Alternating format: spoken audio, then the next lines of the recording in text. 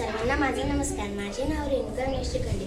आज आपण इयत्ता 7वी पाठ गचकंदारी हा मी तुमच्या समोर सादर करीत आहे. एका गावात सदा व सखू नावाचे जोडपे राहत होते. त्यांना गजानन नावाचा मुलगा होता. त्यांचा गाडगी मडकी विकण्याचा धंदा होता. सदा दररोज पंचक्रोशीतील गावात मडके विकायला घेऊन जायचा.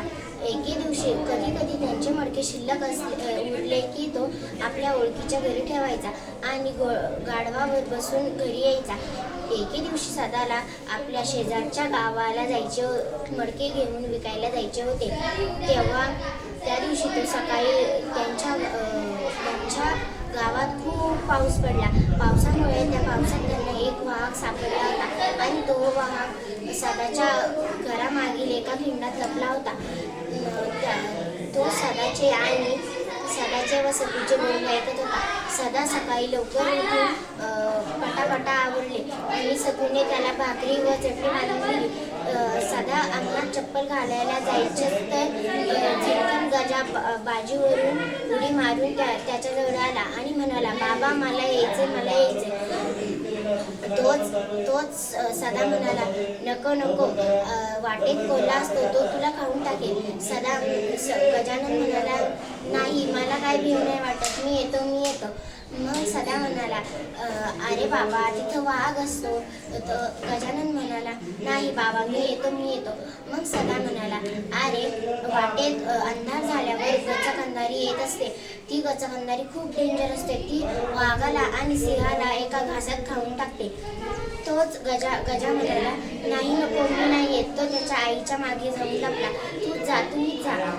तोच सदा पटकन घराबाहेर पडला, चप्पल घातली आणि लगेच गाढवाला शोधायला गेला. तो गाढवाला गावभरून शोधून आला, पण गाढव त्याला सापडलाच नाही. तर तो गाढव त्याला वाटलं गाढव आपल्या घराच्या खिंडामागेचे. तो लगेच आपल्या घरामागे गेला आणि घरामागे जाताच त्याला आपल्या गाढवाची सावली दिसली. तो गेला आणि त्याला माहिती नव्हतं तो वाघ आहे. त्याने वाघाचा कान पकडला आणि त्याच्यावर बसला आणि लगेच त्याला धावत चालला गेला. त्या वाघाला वाटलं की माझ्या अंगावर गचकंदारी बसली आणि सदाला वाटलं की हा माझा गाढव आहे. ती खूप दूर गेले. मग वाघाला वाटलं ही गचकंदारी आता मला खाऊन टाकते काय. मग थोडं पुढे गेल्यावर सदाने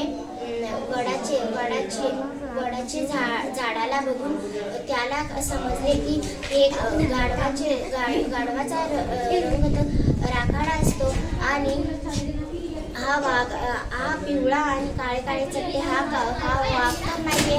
तर सदा खूप घाबरला. सदाने पटकन लगेच वडाच्या झाडाला धरून उडी मारली. लगेच वाघाला वाटलं, अरे वा बरं झालं गचकंदारीने मला सोडलं.